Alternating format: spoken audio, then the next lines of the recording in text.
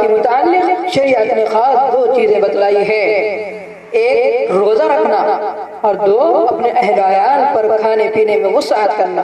احادیث شریفہ میں ان دو چیزوں کے علاوہ اس دن کے لیے کوئی حکم نہیں ہے۔ اب بہت سارے حضرات اس بات کے تذبذب میں پڑے ہوئے ہیں کہ 9 محرم کو روزہ رکھنا ہے، یہ 10ویں کو رکھنا ہے، یہ 11ویں کو رکھنا ہے، یا صرف 10ویں کو رکھنا ہے، یا 9ویں 10ویں کو رکھنا ہے، یا 10ویں 11ویں کو رکھنا ہے۔ اس سلسلے میں تذبذب میں پڑے ہوئے ہوتے ہیں۔ تو جو حضرات تذبذب میں ہیں وہ ذرا غور سے سنیں کہ روزہ کب رکھنا ہے۔ احادیث مبارکہ کی روشنی میں حدیث کہنے کی جرأت کرے گا۔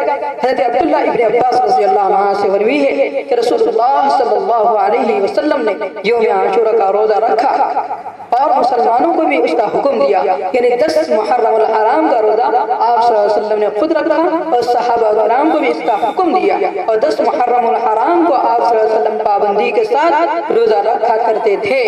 آپ علیہ السلام ہر سال 10ویں محرم کو خصوصیت کے ساتھ اس کا اہتمام فرمایا کرتے تھے۔ پھر جب آخری زمانہ آیا آپ علیہ السلام کا، تو بعض صحابہ نے اللہ کے رسول صلی اللہ علیہ وسلم کو آ کر کہا، اے اللہ کے رسول، یوم عاشورہ کو یہود و نصارہ بھی روزہ رکھتے ہیں۔ تو آپ علیہ السلام نے ارشاد فرمایا، فَإِذَا كَانَ الْعَامُ الْمُقْبِلُ إِنْ شَاءَ اللَّهُ تَعَالَى صُمْنَا الْيَوْمَ التَّاسِعَ، یعنی جب اگلا سال آئے گا تو ہم 9 کو بھی روزہ رکھیں گے۔ ابن عباس رضی اللہ عنہ فرماتے ہیں کہ اگلا سال آنے سے پہلے ہی رسول اللہ صلی اللہ علیہ وسلم کی وفات ہو گئی۔ تو اس حدیث کو سامنے رکھ کر غور سے سنیں۔ آپ علیہ السلام اہتمام کرتے تھے 10 محرم الحرام کا، اور زندگی بھر پابندی 10 محرم الحرام کی، لیکن آپ علیہ السلام کو جب یہودیوں کی مشابہت کا علم ہوا تو آپ علیہ السلام نے صحابہ سے کہا، آئندہ سال اگر میں زندہ رہوں گا تو ہم لوگ 9ویں کو اور 10ویں کو روزہ رکھیں گے۔ تو اس سے پتہ چلتا ہے کہ آپ علیہ السلام کا ارادہ 9 محرم اور 10 محرم کو رکھنا تھا، لیکن بعض فقہا فرماتے ہیں کہ آپ علیہ السلام نے کہا تو 9ویں اور 10ویں، لیکن اگر کوئی 9ویں کو روزہ نہ رکھ سکا تو چونکہ یہودیوں کی مشابہت نہ اختیار ہو، اس وجہ سے آپ نے 9ویں کو کہا تھا۔ تو اگر کوئی 9ویں کو نہ رکھ سکا تو وہ 10ویں اور 11ویں، یعنی 10 محرم اور 11 محرم کو بھی روزہ رکھ سکتا ہے۔ البتہ صرف 10 محرم الحرام کو روزہ اگر رکھ لے اور 9ویں کو بھی نہ رکھے، 11 کو بھی نہ رکھے تو اس میں کچھ کراہت ہوگی، لیکن اگر اس کے ساتھ ساتھ 9ویں کو یا 11ویں کو جوڑ لے تو پھر اس کا روزہ جو آپ علیہ السلام نے ارشاد فرمایا تھا، آپ علیہ السلام کی اتباع کے متعلق ہوگا۔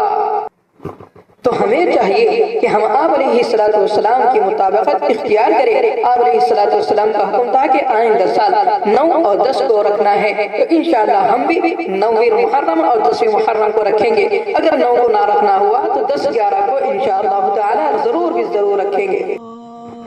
اب اس دن کی فضیلت کو بھی ذرا سن لیں کہ اس دن کے روزے رکھنے کی کیا فضیلت ہے۔ حضرت ابو قتادہ رضی اللہ عنہ سے مروی ہے کہ رسول اللہ صلی اللہ علیہ وسلم نے ارشاد فرمایا، مجھے امید ہے کہ عاشورے کے دن کا روزہ تمام انسانیت کے لیے، یعنی جو انسان عاشورے کا روزہ رکھے گا، امید ہے کہ گزشتہ سال کے اس کے گناہوں کا وہ کفارہ ہو جائے گا۔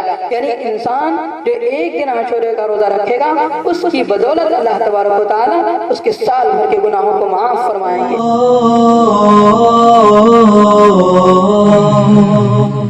پھر عاشورہ کے دن شریعت اسلامیہ نے اس دن کے لیے دوسری تعلیم بھی دی ہے۔ دوسرا حکم کیا ہے کہ اس دن اپنے اہل عیال پر کھانے پینے میں وسعت اور فراخی کرنا اچھا ہے، کیونکہ اس عمل کی برکت سے تمام سال اللہ تعالیٰ فراخ رزق کے دروازے کھول دیتا ہے۔ چنانچہ حضرت ابو ہریرہ رضی اللہ عنہ سے روایت ہے کہ رسول اللہ صلی اللہ علیہ وسلم نے ارشاد فرمایا، من اوسع علی عیالہ و اہلہ یوم عاشوراء اوسع اللہ علیہ سائر سنتہ، او کما قال علیہ السلام، یعنی جو شخص عاشورے کے دن اپنے اہل عیال پر کھانے پینے کے سلسلے میں فراخی اور وسعت کرے گا تو اللہ تعالیٰ پورے سال اس کے رزق میں وسعت